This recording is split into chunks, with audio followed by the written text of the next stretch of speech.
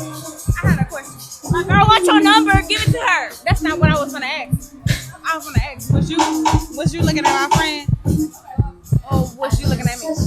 Because I don't know what she was looking at. But I just wanted to ask what type of time you was on. But she might not have been on time. But I wanted to ask.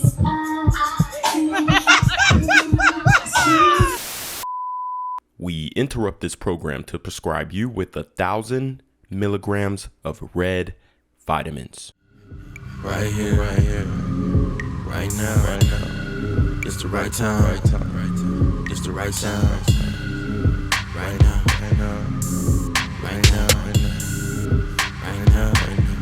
Tell the whole pipe down. Tell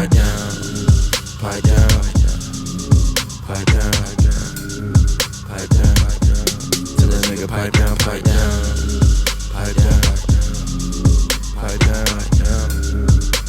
What's good, shout around? It's your boy Reclaim Your Throne coming at you with another crazy video. But first, my goal is to get to 10,000 subscribers by the end of the month. So make sure you go ahead and like, comment, share, subscribe. And you already know, Reclaim Your Throne. I had a question. My girl, what's your number? Give it to her. That's not what I was gonna ask. I was gonna ask, was you looking at my friend? Or was she looking at me? Because I don't know what she was looking at. But I just wanted to ask what type of time you was on. But she might not have been on time. But I wanted to ask. I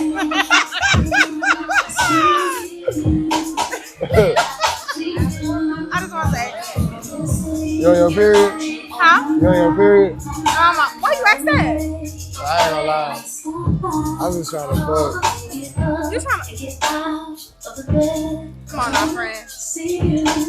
That's all right, friend. I appreciate you for being honest, though. I like that. Come over. Come on. Okay, have a good night. All right, you too.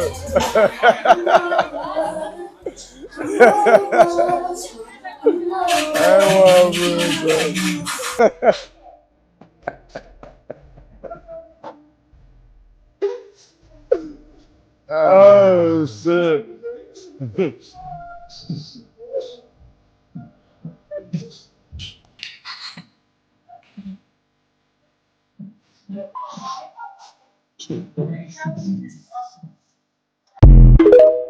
Yo, I had to break down this video because it shows you how the Thug Max Alpha Simp moves in real time. Where do I begin? You have an in shape, athletic built black man who is obviously thug maxing, okay, as far as his aesthetic goes. I don't know if he's a real street nigga or not. I'm just assuming because his aesthetic is presenting such, okay? And you have an overweight fat ass sister who approached him, and she's interested in a genuine connection, it appears. She's interested in a genuine relationship and whatnot. And if he was a thirsty ass nigga, he would have played the game and then, you know, tried to rizz her up and then end up fucking her.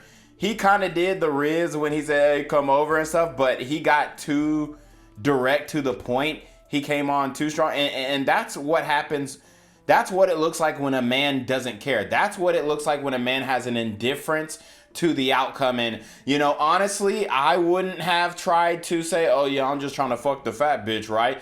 But at the same time, this indifference shows you exactly why the Thug Max Alpha Simp has the highest, you know, sexual market value when it comes to black women. Because he obviously is willing to smash the fat ones, which, I mean, contrary to popular belief, a lot of sisters want to see black men fuck with the ugly, dark-skinned, fat chick. You know what I'm saying? Like, they want to see that. Even if it's a bad bitch, she just wants to, you know, it's like a female nature type thing. And in the black community, you can win off of pre-selection by fucking fat bitches. That's why hood niggas never really get no smoke for fucking fat bitches, even though they've been fucking fat bitches since we in high school, bruh.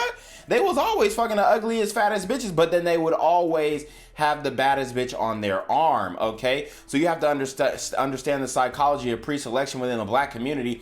It's not about being seen with a fine bitch. It's about a fat bitch going into, you know, the town square and saying, oh yeah, that nigga dick good. Okay, so that is basically what that's type of the social status that happens within the community between Thug Max, Alpha Simps, and black women. And in this case, he was indifferent to the outcome, so he said he just went straight up to it. Like if it was a bad bitch, he probably would have tried to spit some game on her. It looks like he's doing a live stream or something like that. He's got the mic on, the Rode mic, and all that kind of stuff. Well, it doesn't look like Rode, but it's like some knockoff Rode mic. And if it was a bad bitch, he probably would have tried to spit game, but because she's a fat, unattractive girl, he gets straight to the point, hey, I'm just trying to fuck. So that's why when you see fat girls get on TikTok and you say, oh my God, all guys just want to fuck. No, that's what they want to do with you because they don't see anything further with you because you are not attractive enough for him to have under his arm. This is what we call a bunker buster, a slow Tuesday, a chick that you would take to the crib when you have been on a drought, okay? And you smack her out, you take her to the crib, you don't let nobody know you smacked her, and then she goes around and tells, the town square and the salon and all the little girl spots that she been that, oh yeah, this nigga got some good dick. He a hood ass nigga though. I love street niggas. So this is exactly the scenario that I talk about on my channel all the time. Men are addicted to being victims. They don't want to fix it. They don't want to heal because the reality of it is in their everyday lives, without being a victim, they are invisible. Clear indication that a woman is trapped in this victim cycle and that she does not want to get out of being a victim. She wants to remain a perpetual victim, which eventually she turns into the very monster that made her a victim, is when you try to get to the source or the root of the problem, they always deflect every single time.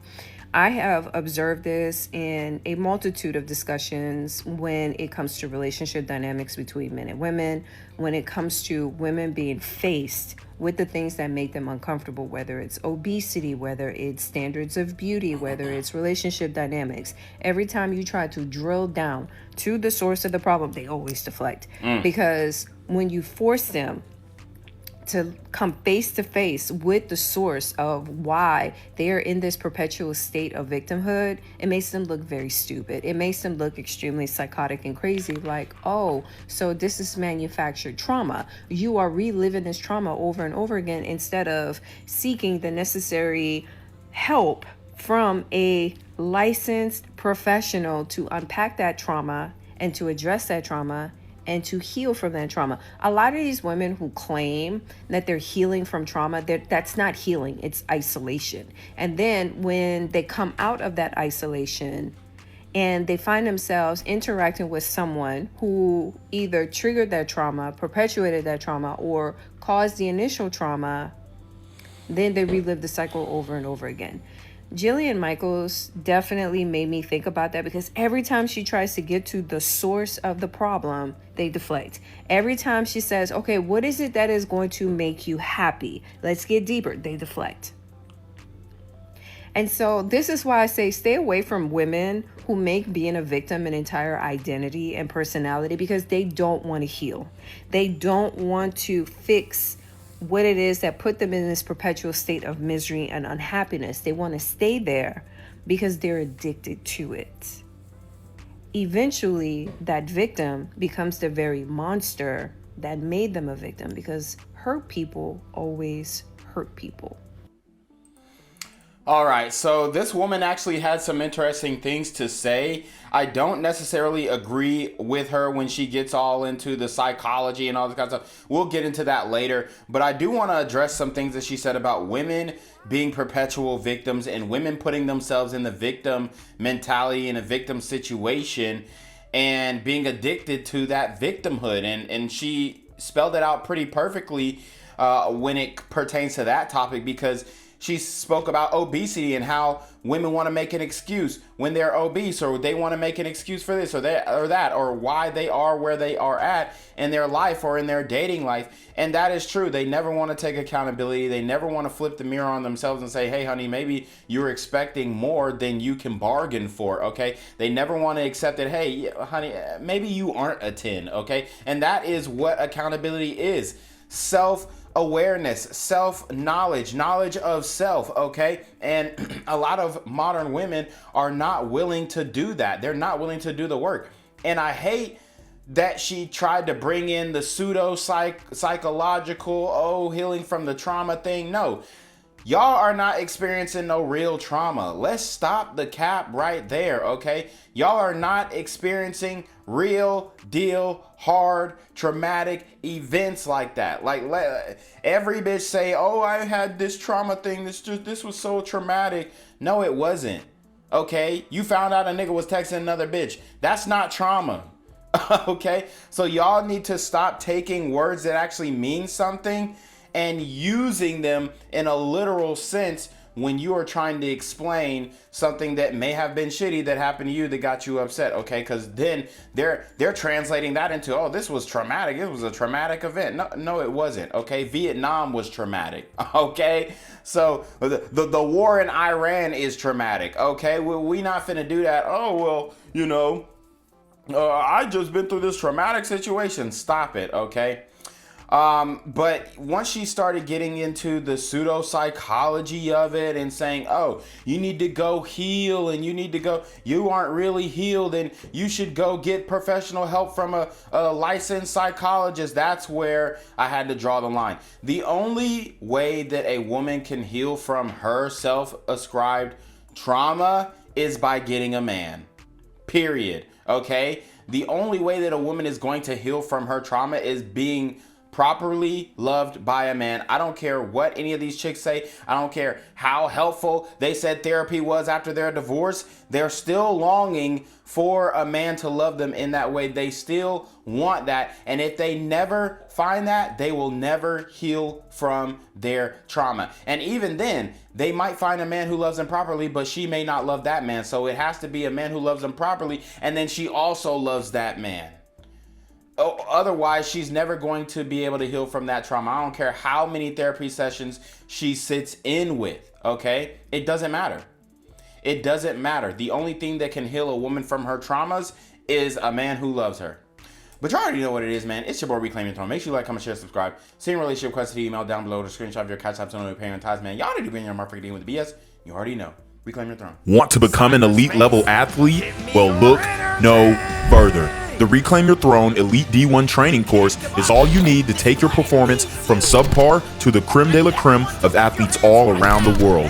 The purpose of this course is to give you a comprehensive weight training, speed, flexibility, recovery, and endurance program that is meant to prepare young athletes for collegiate and professional sports. This course is packed with over 2 hours of creative, action-packed lifts narrated and coached by yours truly to assure increased strength, speed, flexibility, recovery, and endurance. Hey, I get it. Training alone can be tough and can even make you feel misguided or somewhat unmotivated. But with this course, I walk you step by step through each and every lift to make sure you're using the proper form to prevent injuries and that you're hitting the correct muscle groups to render maximum results. So what are you waiting for? It's now or never. So go ahead and get the training course today so you too can reclaim your throne.